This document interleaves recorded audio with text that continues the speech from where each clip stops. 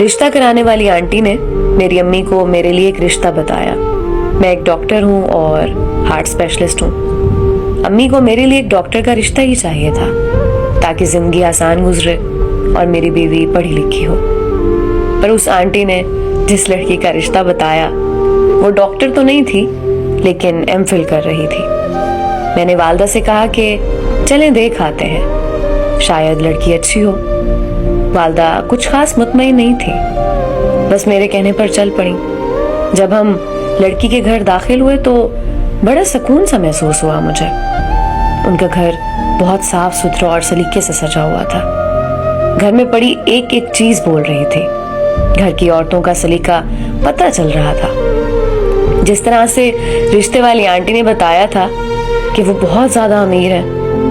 بہت امیر تو نہیں لگ رہے تھے, گھر میں نارمل سا فرنیچر تھا, لیکن گھر بہت کرینے سے سجا ہوا تھا. سب لوگ گپ شپ کرنے لگے اور تعارف کرانے لگے. باتیں ہونے لگیں اور باتوں سے پتہ چل رہا تھا کہ وہ بہت امیر لوگ تو نہیں ہیں, لیکن سادہ, ایماندار, خاندانی اور عزت دار لوگ ہیں. گپ شپ کے دوران ہی انہوں نے چائے, بسکٹ اور باقی لوازمات پیش کیے, جن میں گھر کے بنے شامی کباب بھی تھے. وہ بے حد لذیذ تھے اور اس چائے کی دعوت میں ان کا سلیقہ اور کچن میں مہارت صاف نظر آ رہی تھی. تھوڑی دیر بعد لڑکی کو بلایا گیا. لڑکی جب آئی تو بے حد حسین اور نرم مزاج لگ رہی تھی. اس کی شخصیت کسی ڈاکٹر سے کم نہیں لگ رہی تھی. اس کے بات کرنے کا سلیقہ بہت پیارا تھا اور لڑکی بہت ہی سادہ طبیعت اور شریف مزاج کی لگ رہی تھی.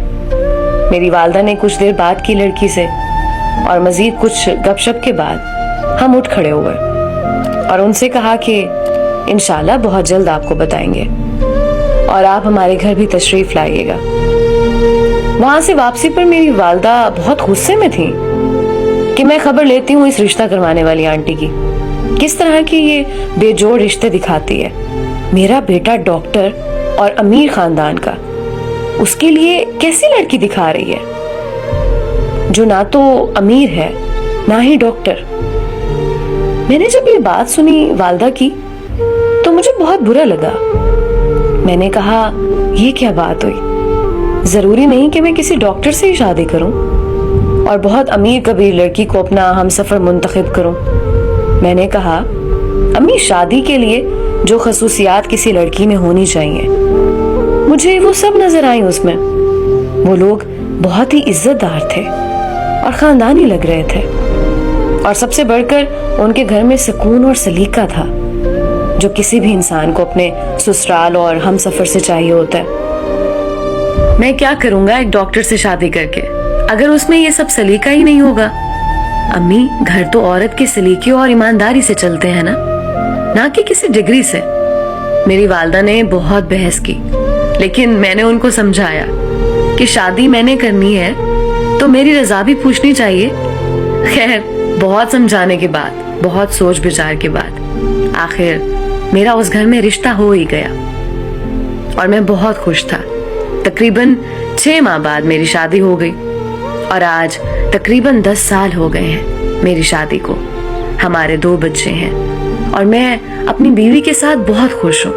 مجھے اپنی بیوی اور بچوں سے بہت پیار ہے اور شاید یہی سلیقہ ہے میری بیوی کا کہ اس نے میرے خاندان کو بہت اچھے سے سنبھالا ہوا ہے. اور میری والدہ جو اس رشتے سے راضی نہیں تھی وہ بھی آج اپنی بہو کا سلیقہ اور خلوص دیکھ کر مطمئن ہے.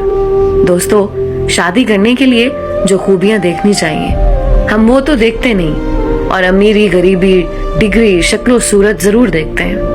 اس لیے بہتر یہی ہوتا ہے کہ اچھے, عزت دار اور شریف لوگوں میں رشتہ کرو, نہ کہ امیروں اور تعلیم یافتہ لوگوں کو ڈھونڈتے رہو.